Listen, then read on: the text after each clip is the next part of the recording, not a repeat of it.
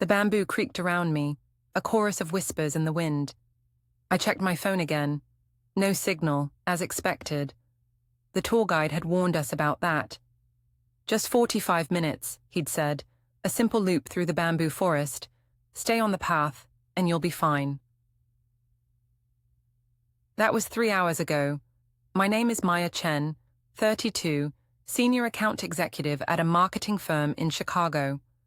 I'm the person who plans everything, who creates contingency plans for my contingency plans.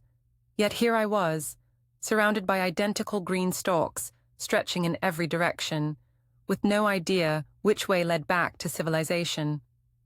I'd come to Japan to clear my head after my divorce was finalized. 10 years of marriage dissolved in a courtroom that smelled of lemon disinfectant.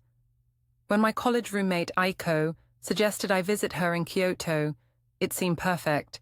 Temples, tea ceremonies, and tranquility. This morning had started normally enough. Aiko had to work, so I'd joined a small tour group heading to the famous Arashiyama bamboo grove. The forest was breathtaking, towering green culms stretching toward the sky, sunlight filtering through in ethereal rays. I'd lingered behind the group to capture the perfect photo, stepping just a few meters off the main path to frame a shot without tourists. Just a few steps. That's all it took. When I turned back, the path was gone. Or rather, all directions suddenly looked identical, a mesmerizing, maddening uniformity of green. I'd called out, received no answer, and chosen a direction that seemed right. It wasn't. Now the sunlight was fading and the temperature was dropping. My thin jacket, perfect for a day tour, would be useless against the night chill.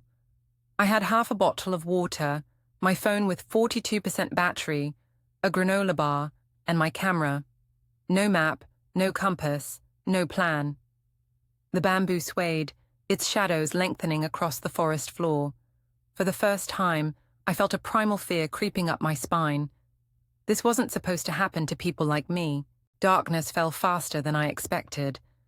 The bamboo forest transformed from enchanting to menacing as shadows deepened and shapes became indistinct. The temperature dropped sharply, and my breath formed small clouds in the air. "Hello," I shouted again, my voice sounding small against the vastness of the forest. "Is anyone there? Help!" Only the creaking bamboo answered, 1,000 wooden joints protesting in the wind.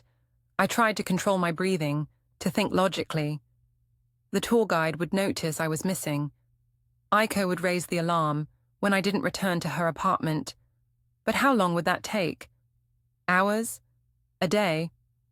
My phone flashlight cast eerie shadows as I searched for anything resembling a path. The battery was now at 38%. I needed to conserve it. The ground was damp, covered with fallen bamboo leaves. I gathered some, creating a crude seat to keep myself off the cold earth. My hands trembled. From cold or fear, I couldn't tell. Exhaustion hit suddenly.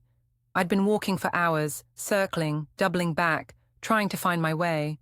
My legs ached, and my feet throbbed inside my fashionable but impractical walking shoes. A distant sound made me freeze.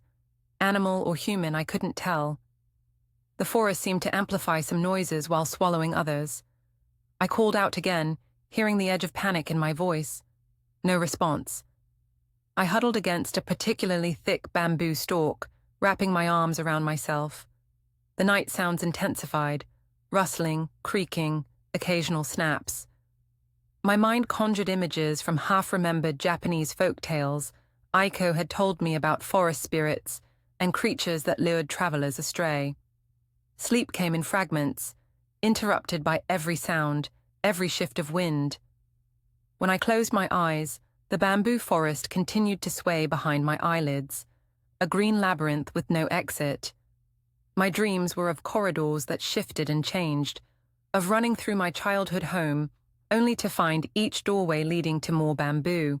I woke repeatedly, disoriented, uncertain if minutes or hours had passed. By dawn, I was shivering uncontrollably, damp with dew, muscles stiff from the cold ground. My mouth felt like sandpaper. I rationed a small sip of water, wincing at how little remained in the bottle.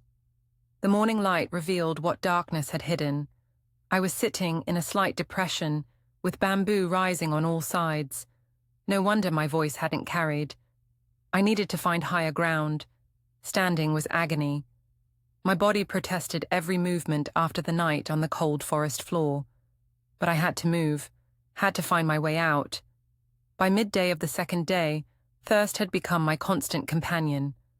My half bottle of water was gone, sipped cautiously until the last drop. My lips were cracked, my tongue feeling too large for my mouth. The bamboo forest played tricks on my senses. Sound bounced strangely, sometimes seeming to come from behind when the source was ahead. Light filtered through the canopy in shifting patterns, making it impossible to track the sun's position reliably. I'd tried to mark my path by breaking lower bamboo shoots, but the forest was so dense that my markers quickly became indistinguishable from natural breaks. After walking for what felt like hours, I found one of my own markers. I'd been moving in a circle. The granola bar was gone too, devoured in desperate bites that morning. My stomach cramped with hunger, a hollow feeling that made concentration difficult. Water, I murmured to myself. I need to find water. In college, I'd gone camping once with friends, just once. I vaguely remembered something about following land downhill to find water. The problem was determining what was downhill in this undulating landscape. Midday brought a brief shower, a blessing I wasn't prepared for. I tipped my head back, opening my mouth to catch the raindrops, but they were quickly intercepted by the bamboo canopy. By the time I thought to use my empty water bottle to catch drips from the stalks, the rain had stopped. My thoughts turned to Aiko. She would have reported me missing by now. There would be searches. But how would they find me in this green maze? The bamboo grew so densely that even a helicopter might not spot me from above. As afternoon faded toward another night, desperation drove me to try something I'd seen on a survival show. I dug a small hole, lined it with my rain-dampened jacket, and placed my empty water bottle in the center. The idea was to create a solar still, trapping evaporation, but with limited sunlight and no plastic sheet, I knew it was unlikely to work. I was right. Hours later, not a single drop had collected. Night fell again, bringing with it a bone-deep cold that seemed to seep from the ground itself. I huddled against a bamboo clump, tucking my hands into my armpits for warmth. My body shook with involuntary tremors. Somewhere in the darkness, an animal screamed, a sound so human-like it sent ice through my veins. I bit my lip to keep from screaming back. Sleep came in feverish bursts, filled with dreams of waterfalls and rain. I woke repeatedly, tongue seeking moisture that wasn't there, throat so dry it hurt to swallow. By morning, a new symptom had appeared: dizziness. When I stood, black spots danced at the edges of my vision. Dehydration was setting in, and I knew it would only get worse. The third day brought clarity, a strange, almost detached understanding that I might die here if I didn't adapt. The businesswoman from Chicago, with her schedules and spreadsheets, couldn't survive this, but perhaps something more primal within me could. I forced myself to slow down, to observe rather than panic. The bamboo, I noticed, collected dew each morning. The droplets clung to the green stalks like tiny jewels. I began licking them off, ignoring how undignified it felt. Each precious drop moistened my cracked lips. My phone was dead now, the battery exhausted from my attempts to find a signal. I tucked it into my pocket, useless weight I couldn't bring myself to discard. Hunger gnawed constantly. I remembered reading that bamboo shoots were edible, but the forest around me contained mature plants, their shoots long since hardened into woody stalks. Still, I dug at the base of smaller plants, finding tender roots that I hesitantly tasted. They were fibrous and bitter, but I chewed them anyway, extracting what moisture and nutrition I could. By mid-afternoon, I'd fashioned a crude container from large bamboo leaves, folding and interweaving them to hold the dew I collected each morning. It wasn't much, but it was something. I began talking to myself, narrating my actions as if documenting them for someone else. It kept the silence at bay. "The key is to establish a routine," I said aloud, my voice hoarse. "Water collection in the morning, looking for food midday, building shelter before dark." Shelter became my focus as clouds gathered, promising more substantial rain. I found a fallen bamboo stalk, massive and hollow. Using rocks and smaller pieces of bamboo, I managed to prop it at an angle against a standing clump, creating a crude lean-to. I stuffed cracks with leaves and moss, making it as waterproof as possible. When the rain came, it was glorious, a steady downpour that I greeted with open arms. I stood in it, mouth open, clothes soaking, feeling life return to my parched body. My leaf container filled quickly, and I drank deeply before refilling it. The rain brought another discovery: mushrooms, pushing up through the forest floor, their pale caps distinct against the dark earth. I approached them cautiously, examining each one. My knowledge of fungi was limited to grocery store varieties, making this a dangerous gamble. I selected only those that resembled common button mushrooms, leaving the rest untouched. That night, huddled in my crude shelter as rain drummed against the bamboo, I ate 3 small mushrooms. They tasted earthy and strange, but my body welcomed anything resembling food. I waited anxiously for signs of poisoning, but none came. For the first time since getting lost, I slept deeply, lulled by the rhythm of rain and the knowledge that I had water, shelter, and had found food. It wasn't much, but it was survival. The 4th day brought fever.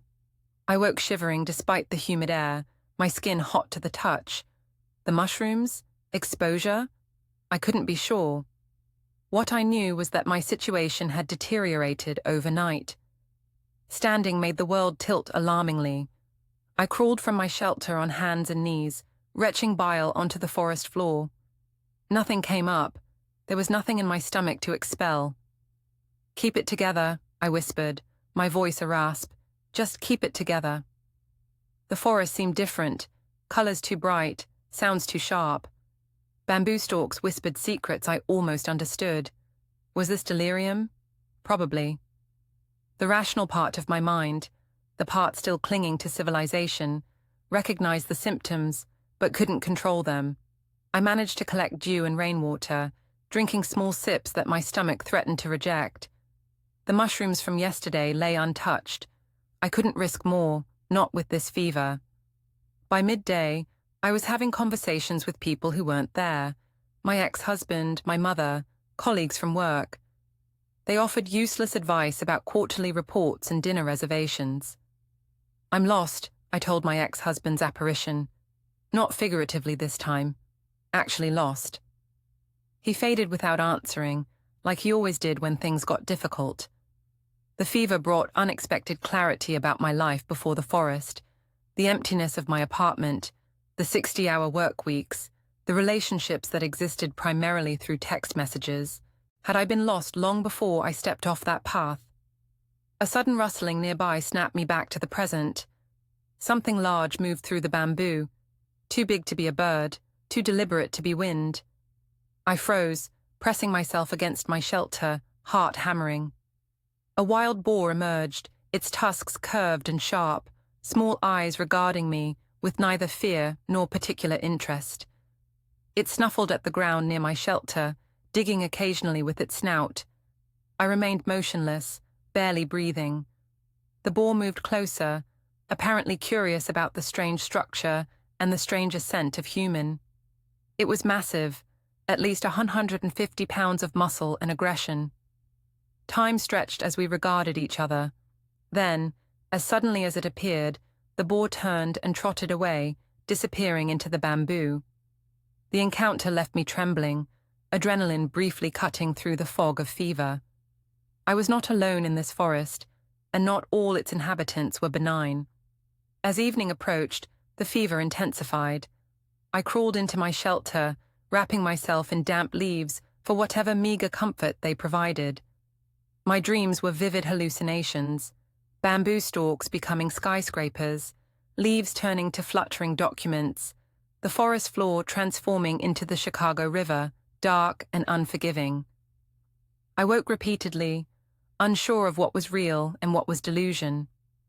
During one lucid moment, I realized I was crying, tears cutting tracks through the dirt on my face. "Please," I whispered to the darkness, "please find me." I lost track of days. The fever broke eventually, leaving me weaker but clearer-headed. My clothes hung loose on my frame. How much weight had I lost? My reflection in a puddle was a stranger's. Hollow-cheeked, eyes too large, hair a matted tangle. The routine I'd established became my anchor. Collect water at dawn, search for food during daylight, reinforce shelter before dark. I'd discovered more edible plants, some with berries similar to blackberries, others with roots that, while bitter, provided sustenance. One morning, I woke to a sound that stopped my heart. Voices. Human voices, distant but distinct. I scrambled from my shelter, calling out with what strength I could muster. My voice, unused except for self-talk, cracked and failed. I tried again, screaming until my throat burned. The voices didn't respond, continuing their indistinct murmur. I ran toward them, stumbling, falling, crawling when my legs gave out. The voices led me to a clearing I hadn't found before. It was empty.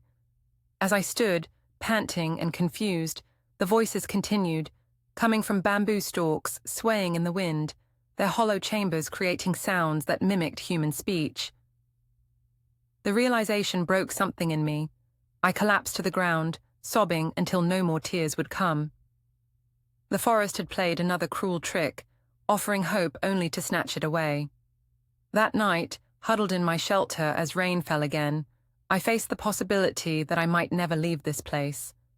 That searchers might never find me, or might have already given up. That the bamboo forest might become my grave. The thought should have terrified me. Instead, it brought a strange calm. If this was to be my end, then these moments were all I had left. And if they were all I had, then they mattered. Each breath, each sensation, each moment of being alive in this green world. I slept more peacefully that night than I had since getting lost. The next day brought renewed determination. I expanded my shelter, weaving bamboo leaves into a more substantial roof. I created a system for catching rainwater, using broad leaves as channels, directing it into my collection container. I even fashioned a crude digging tool from a sharp stone and a bamboo handle, using it to unearth more roots. My body had adapted too. The constant hunger had faded to a background sensation. My senses seemed sharper. I could distinguish subtle sounds in the forest, identify edible plants more easily, sense weather changes before they occurred. One afternoon, tracking a sound that might have been running water, I found something unexpected, a small shrine, almost hidden among the bamboo. It was simple, stones arranged in a pattern, weathered wooden offerings, a faded red cloth tied to a bamboo stalk. A reminder that humans had been here before, had perhaps even worshipped here. I knelt before it, not praying exactly, but acknowledging something greater than myself. The shrine meant I wasn't as deep in the wilderness as I'd thought. People had been here. Perhaps a path was nearby. With renewed hope, I searched the area carefully, looking for any sign of human passage. There was nothing obvious, no trail, no markers. But the shrine itself was a message. I was not the first to stand in this place. Others had found their way in, and presumably, their way out. As darkness fell, I returned to my shelter, carrying this small hope like a flame that might guide me home. What I estimated to be my 7th day in the forest began with a storm.